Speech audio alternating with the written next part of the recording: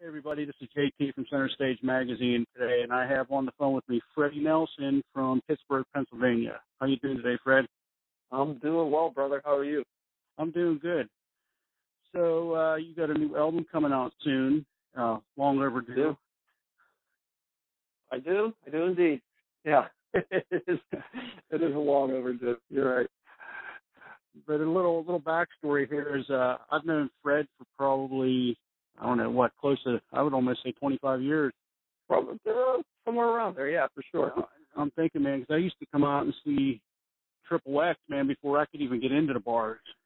Yeah, we were. That was a while ago. I was going to say we were about what? Let's see, 13, 14 years old. Right? Yeah, man. I started seeing you guys, I think, when Jim Luther was still singing with you guys. Oh man, that was a long time ago. That was man. Yeah, it gets a little hazy thinking back. Yeah, no doubt. So what have you been into since the Triple X days for everybody out there who might not know, about you, and give yourself, put yourself out there, let people know who you are, what you've been into, what you're about. Let's see. I'm going back a ways here, but I've been I've been pretty fortunate. I mean, I've been able to, pay my bills and keep eating as a professional musician. So let's see. I'll start. I won't go all the way back, but I'll go back. That's cool. I'll go back a few years. Guitar. Paul Gilbert, who is a guitar legend to anybody that plays guitar, gave me a call about 7-8 years ago and asked if I wanted to write some tunes together, and I said sure, and flew out to LA, and we wrote a record together called United States, which did pretty well overseas. It spawned four official live bootleg CDs and such, and then most recently helped him out with his solo record, which was produced by Kevin Shirley, world-renowned producer who's done Aerosmith and the billion other people too numerous to name, and had great players on it, such as drummer Thomas Lang and Tony Spinner on guitar and Kevin Chown on bass. And after that point, I'd been working on a solo CD. I got to a point, I cut my teeth early on in my career as just a guitar player, and kind of got to the point that I didn't want to work on any singers' timelines or schedules and things. I just thought, well, I'll just sing myself. So I kind of went over and started singing, and I've been working on this solo release, and through various meeting different people and things like that. Thomas Lang played drums on it, but I just, for the same reasons that I became a singer, I don't want to work on other people's timelines, so I kind of put the thing together myself and recorded it myself, and played the instruments and sang and such, with the exception of great Thomas Lang on drums. But and that's about where it sits right now, and I'm ready to release it to the world. When is that due date? Well, any clue? Well, all this information just actually recently came into me, so it will be released basically worldwide, other than Japan and Southeast Asia, on July 7th. And actually, this is the first interview that I've done for it. I start press next week, but it'll be released in the States and Europe July the 7th, and then in Japan and Southeast Asia, I'm thinking sometime shortly after that. And I don't have an exact date, but it'll be within a week or two. So that's about where it stands. Cool. What's the name of the album? Name of the album is Shake the Cage. Now, was there a story behind that title, or is it just? Well, let's see. Let me think of the short version here, because I can be long-winded sometimes. I guess it had to do with more, rock and roll has taken kind of a downtrend lately, and just trends run up and down. There's peaks and there's valleys to everything, but right.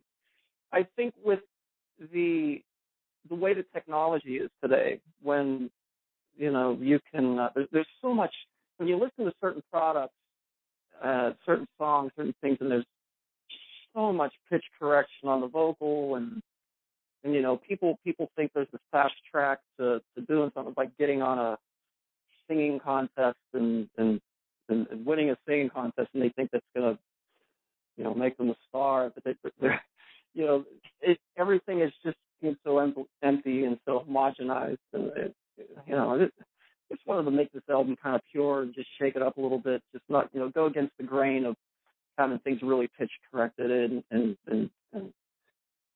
keep it pretty raw, and that's what I got out of it. So I'm pretty happy with it.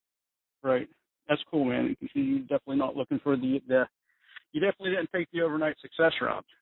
Well, I think that and this, when we were kids, you had to lock yourself in a room and suck for a long period of time until something started to happen. Right. It started to feel good. So you had to put the work in, and there really isn't a fast track to it. I think that the world, at this point in time, is just willing to settle for mediocrity, and there's those of us that just aren't. Right. I mean, that you said a mouthful, and there's so many in the industry today that feel that way. I mean, I spend a lot of time in Nashville. We got a lot of friends down there. The magazine's based down there, and and got a lot of heavy hitters down there, and playing down there, and they feel the exact same way, man. It's almost like they're just spinning their wheels. These guys are so talented, and then you look at what's being pushed and what's becoming household names, and it just makes you go crazy. I have it's a I don't want to sound let's see, how can I say this in a positive manner? There's really good aspects to a lot of it, where some people that might not otherwise have a chance to maybe get some passion out and get something that they really want to do, get it out to the world or out to the public, would never have the opportunity, and that's good. But at the end of all of this, man, there is just no substitute for work. I mean, you grow, you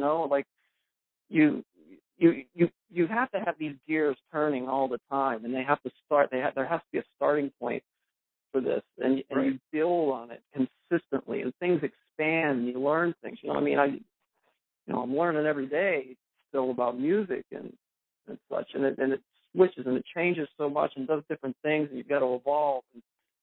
And there really isn't a fast track, even though in today's day and age of social media and things, where I think you get about 3 seconds, like if somebody's watching something or listening to something, before they're either going to change, turn a dial or flip through to another page or do something. So, you really have to be on top of your game, like in this day and age. There's no substitute. You got to put the time in. You got to put the work in.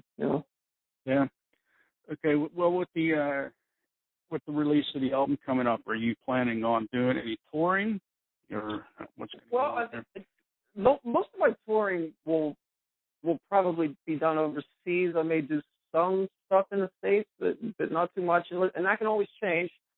But I get a fair amount of airplay over there and stuff, so I'm probably going to be doing some touring abroad, across the pond, so they say.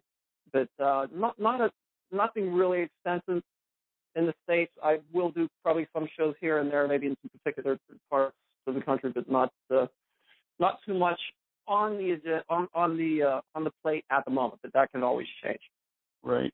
Yeah. It seems in the rock world, especially today, that Europe and Japan are so much more receptive to get rock and roll. What it is, I think is anything in the world at any given moment is received. You just have to find the pockets for it and the markets for it. But I think in a lot of these other places, there isn't a particular thing that's force-fed. I mean, people just like what they like, and it's all put out there, and it's all okay. It seems like in the States, there are really hard trends that that seem to get pushed by industry and things. And like I say, it goes up and down. There's Right. fluctuation to everything. There always has been.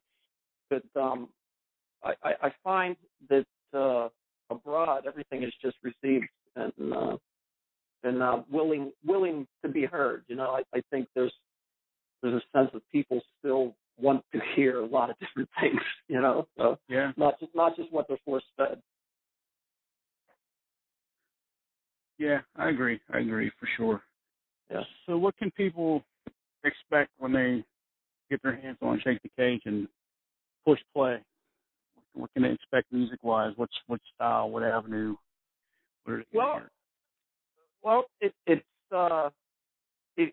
real. It's rock and roll. It's definitely hook and melodic driven. And let's see. Yeah, if you like rock and roll, it's I would say go buy this. Go buy this on any format, digitally or order it as a CD. And I think if you like rock and roll, you'll enjoy it. And even if you don't like rock and roll, I think if you just like catchy melodies and catchy hooks, and if you like the guitar, go buy it, and hopefully you'll like it. I think you will. Cool.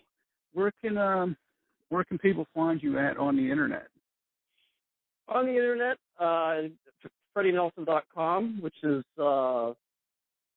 easy to remember. Facebook/Freddie Nelson. Instagram. Man, I can't remember I'm Freddie Nelson, I believe, something like that. And Twitter, I believe, is the same. But yeah, I guess those all come up in a Google search. So. Right. Well, for this tour that's going to happen, you have players lined up already? I actually don't have a band lined up. But like I say, I was fortunate to get the great Thomas Lang on drums. He's a monster, man. Jeez. He's played with some of the heaviest hitters in the industry, from Rod Stewart to George Michael to I can't even too many names. But I met him through helping Paul out with his solo record, and the scary thing about this guy, which you don't often find this in one human being, but he's not only one of the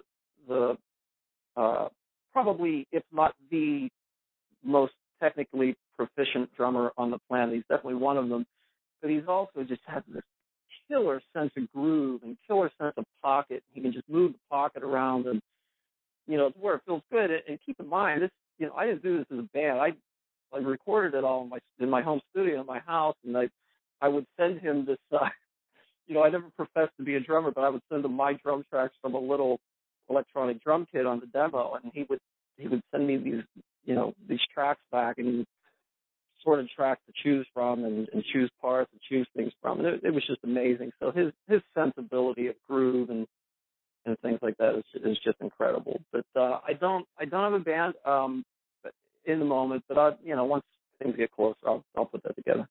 Right. That's cool, man.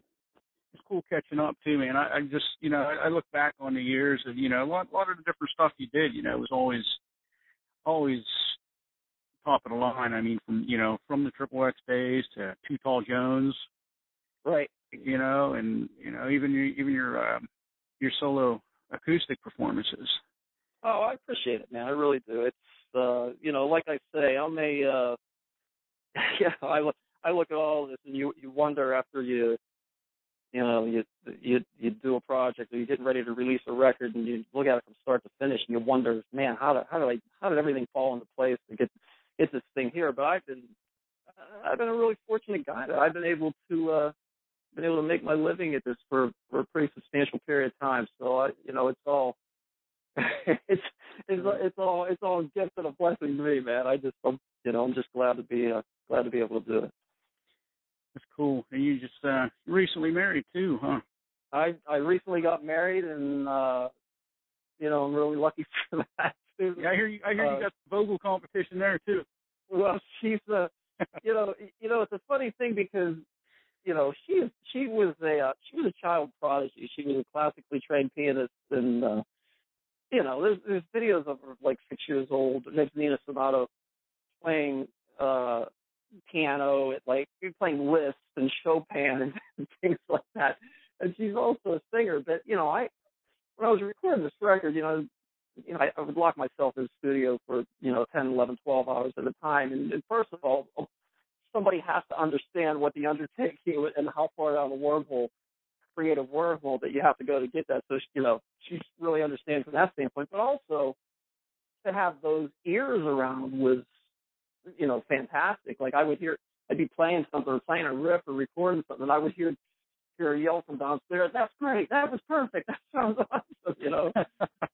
So and it kind of leaves you because you don't have anybody else to bounce off of when you're sitting in the studio by yourself. Right. So yeah, it was great, and she's an awesome and unbelievably talented individual. So it's great. That's cool, man. Congratulations on that. I'm happy for you. I appreciate it, man. Thank you. Yeah. So before we wrap this up, you got anything else you want to tell the world or let people know? Man, Freddie Nelson. I guess not so much about myself, but man, just be kind to each other. That's all. That's about it. Yeah, man. It's something that's not happening too much these days. Yeah, man. It's it can all get better, but it starts there. So. Right. I appreciate it, man. Thanks for the really good catching up with you. I appreciate the interview. Yeah, man. I can't wait to sit down and check out the album, and definitely, like I said, I want to review that and get that out for you. We're going to try and help push you as much as we can. That's one of the things we try to do at Center Stage, man. Is we do talk to a lot of the big names in the industry, but we're more focused on helping out those who are up and coming or those who have been, out there but maybe struggling a little bit. We're trying to bring that angle to the industry and let them know out there, hey, you know what I mean? There's more than just these certain names out there.